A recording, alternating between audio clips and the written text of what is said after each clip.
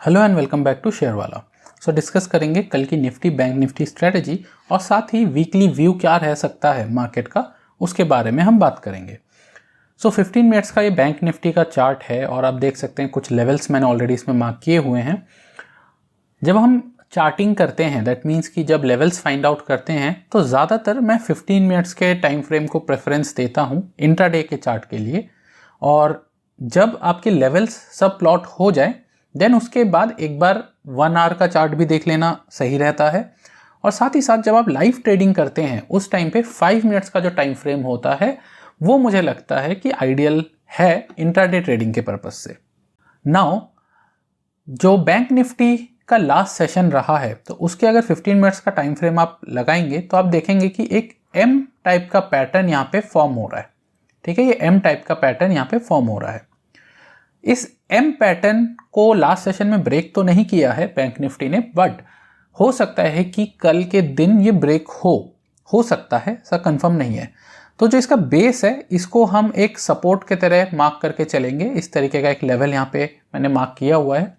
अगर ये लेवल के नीचे मार्केट क्लोजिंग देता है तो उस केस में आपको 45,600 तक के लेवल्स आते हुए दिख सकते हैं। शॉर्टिंग का एक अच्छा पोजीशन यहाँ पे बन सकता है with stop loss above this level. तो यहाँ पे आप स्टॉप लॉस रख के ये आप यहाँ तक का ट्रेड ले सकते हैं, लिया जा सकता है, ऐसा मेरा व्यू है। साथ ही एक इंट्राडे लेवल पे एक ट्रेंड लाइन भी यहाँ पे फॉर्म हो रहा है जो आप देख सकते हैं, ये येलो लाइन से मैंने मार्क किया है।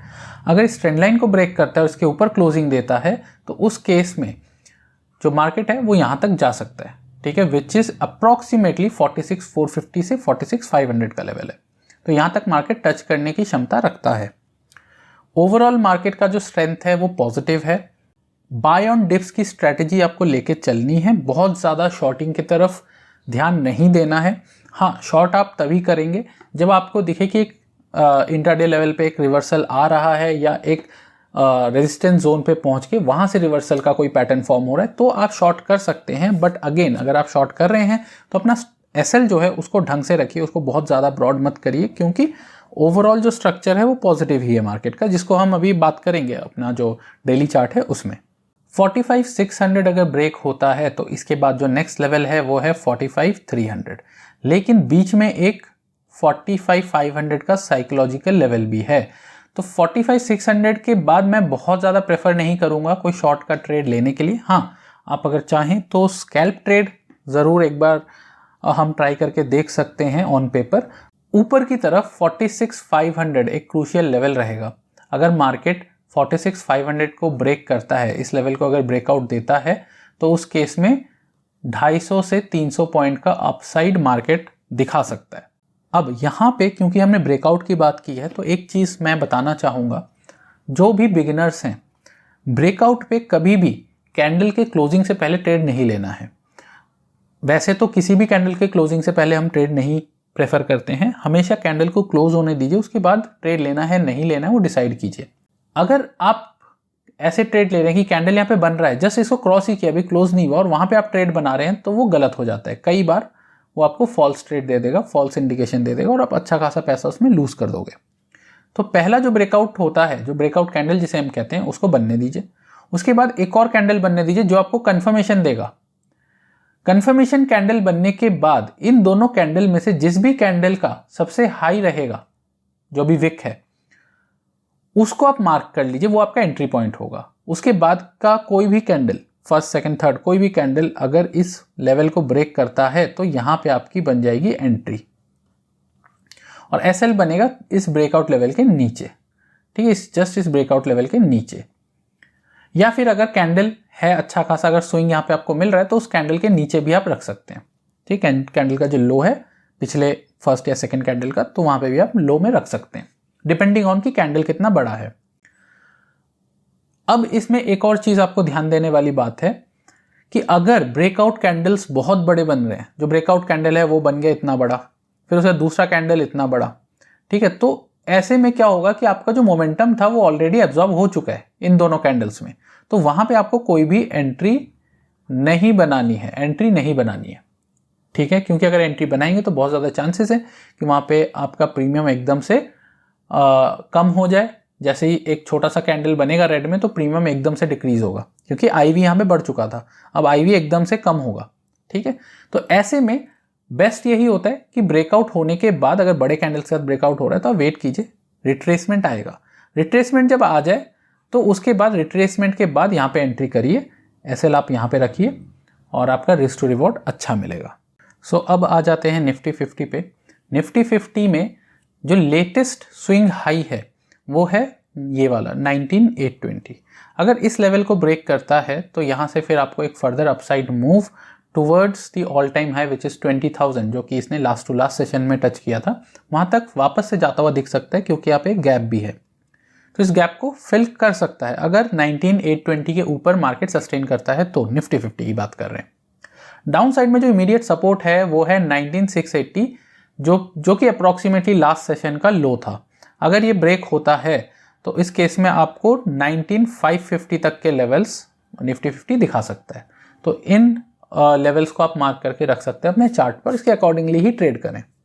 अब आ जाते हैं निफ्टी बैंक के डेली चार्ट पे, और डेली चार्ट पे आप क्लियरली देखेंगे जो लास्ट कैंडल हमारा बना है ये एक ग्रेवस्टोन डोजी कैंडल है। अगर आपको कैंडल स्टिक्स के बारे में नहीं पता है तो गाइस, मार्केट में आने से पहले सबसे पहली चीज़ है कि कैंडल स्टिक पैटर्न्स के बारे में आप समझें। एटलीस्ट जो बेसिक, जो सबसे इंपॉर्टेंट पैटर्न्स होती हैं कैंडल स्टिक की, उनको ज़रूर समझ लें। तो अगर आपने अभी तक नहीं सीखा है तो उसके ऊपर मैंने एक सेपरेट वीडियो बनाया हुआ है, डिस्क्रिप्शन में आपको लिंक मिलेगा, तो वहाँ से जाके आप उसको देख लें। और साथ ही साथ डिस्क्रिप्शन ज़रूर रीड करें, डिस्क्रिप्शन में सारे इंपॉर्टेंट वीडियोस अगर आप सीखना चाहते हैं मार्केट को तो फ्री ऑफ कॉस्ट अवेलेबल है, वहाँ से जाके देख लें, एक बार पढ़ लें डिस्क्रिप्शन को, कौन से लिंक्स है, कौन से वीडियोस आपके लिए यूज़फुल है, आप देख सकते हैं। ADX, MACD, बहुत सारी स्ट्रैटेजीज भी हैं, तो वो सब आप देख सकते हैं। सो ग्रेवस्टोन डोजी अगर अप ट्रेंड में फॉर्म हो रहा है तो इसका मतलब है कहीं ना कहीं यहाँ पे जो बायर्स हैं और सेलर्स हैं उन दोनों में इनडिसीजन का जो एक एनवायरनमेंट है वो क्रिएट हो रहा है। तो ऐसे में बहुत ज़्यादा चांसेस होते हैं कि अप ट्रेंड में अगर इस तरह का पैटर्न बन रहा है तो हो सकता है यहाँ से थोड़ा सा प्रॉफिट बुकिंग मार्केट आपको दिखाए। और साथ ही जो 10 DMA है, ये जो ब्लैक वाला लाइन है 10 DMA का है, और जो ब्लू वाला लाइन है दैट इज 20 DMA। ठीक है, तो 10 DMA से मार्केट अभी दूर है और मार्केट की टेंडेंसी होती है कि वो 10 DMA को टच करते हुए चले। तो अभी मार्केट दूर है, तो अगर यहाँ पे प्रॉफिट बुकिंग आता है तो जो नेक्स्ट सपोर्ट लेवल होगा जहाँ पे मार्केट जहाँ तक जा सकता है वो है ये 10 DMA, जो कि अप्रॉक्सीमेटली 45,500 पे लाई कर रहा है। 50 पॉइंट्स प्लस माइनस में आप मान के चल सकते हैं, बट अप्रॉक्सीमेटली यहाँ पे ये लाई कर रहा है। तो ग्रेवस्टोन डोजी का यहाँ पे पैटर्न बन गया है। अब आने वाले सेशन में अगर प्रॉफिट बुकिंग आता है तो 45,500 के लेवल्स मार्केट टच करता हुआ दिखा सकता है। हो सकता है कि नेक्स्ट सेशन में भी हो जाए, हो सकता है उसके बाद भी हो जाए।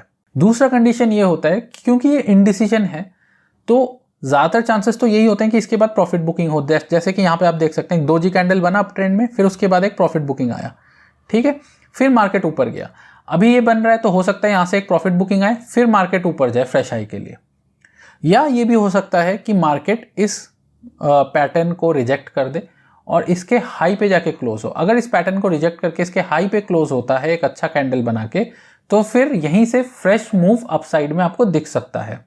और जहां तक मुझे लगता है, जैसा कि हम देख रहे हैं कि मार्केट का जो ओवरऑल ट्रेंड है वो पॉजिटिव है, अंडरलाइंग स्ट्रेंथ पॉजिटिव है, तो ऐसे में अगर मार्केट आने वाले सेशंस में 48,000 को टच करता है तो इसमें कोई चौंकने वाली बात है ही नहीं।